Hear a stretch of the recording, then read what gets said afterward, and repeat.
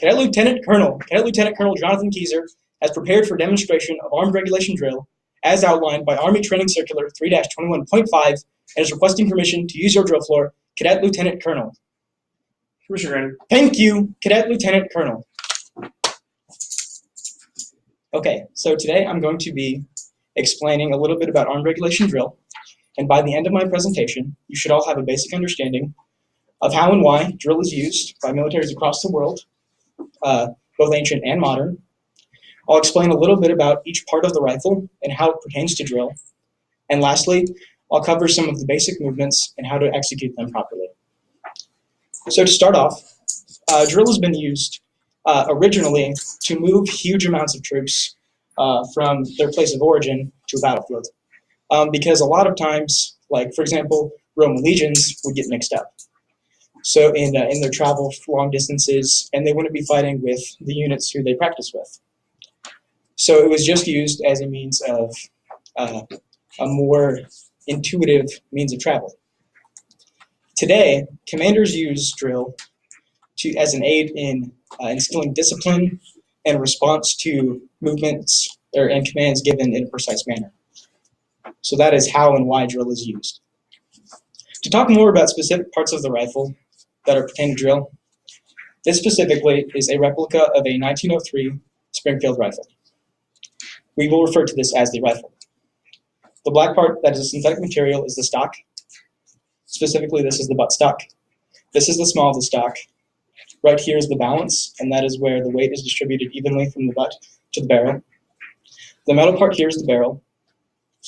Here's the muzzle at the end with the front sight. It has a sling for adjusting to go on your shoulder.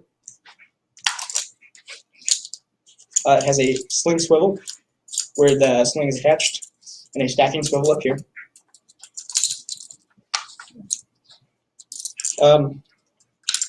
And this is kind of important for getting direction. So if you're doing a movement wrong, you can be told to move your muzzle closer to you, move the rifle closer to you, and it just helps so that in training and learning, it's a little bit easier to figure out what you need to do.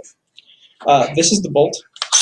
It is not functional in this rifle, but that's just another thing. It's important to know where it is and what it does when giving directions. So now to go through basic movements. Attention is executed by having your thumb on the seam of your pants, your feet at a 45-degree angle. On the other side, the rifle will be in line with your toe, and your thumb on the seam of your pants also. And this is the basic movement for any kind of drill. You're technically at the position of attention when executing any movement. And it's just like the baseline, that's where you got to start out at.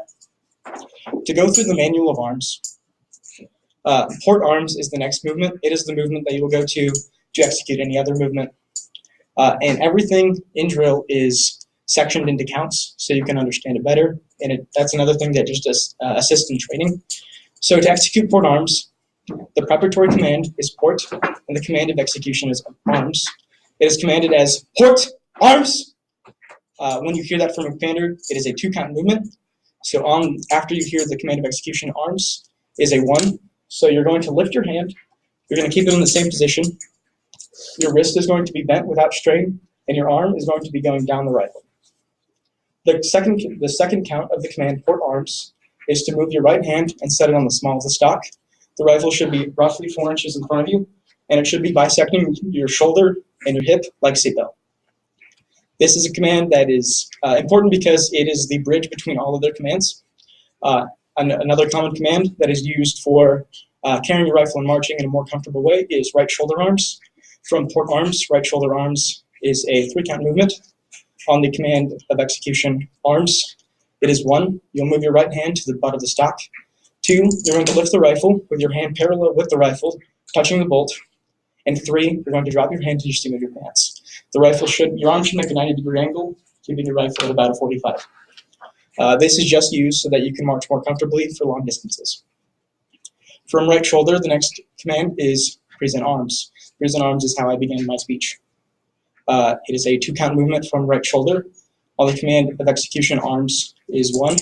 You're just going to take the rifle back to port. Excuse me, it's a 3-count movement. 2, you're going to put your right hand on the small of the stock. And for 3, you're going to drop the rifle in front of you. The muzzle of the rifle should be even with your hat. I'm not wearing one, but it would be about an inch above your eyes. And then having the front sight there, if you look at the front sight, you're usually right about there.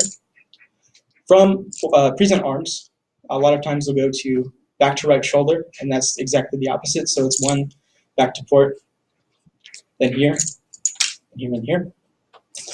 Next is left shoulder arms, and that is on the command of execution arms is 1 back to port, 2 with your hand on the small of the stock, 3 with your putting the rifle in your left hand, and 4 is dropping your hand and putting it into your pants like all the other movements.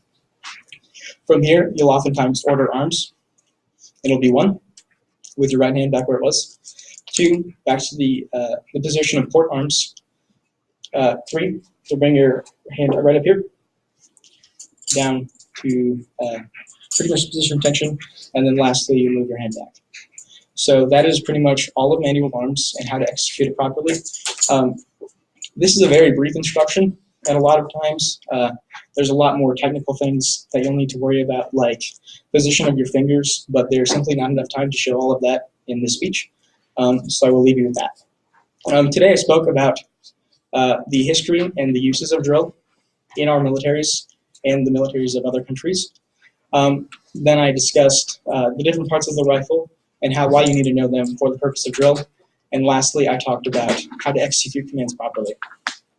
And that is pretty much it.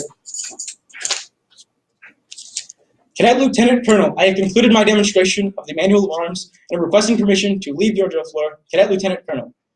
Commissioner Granite. Thank you.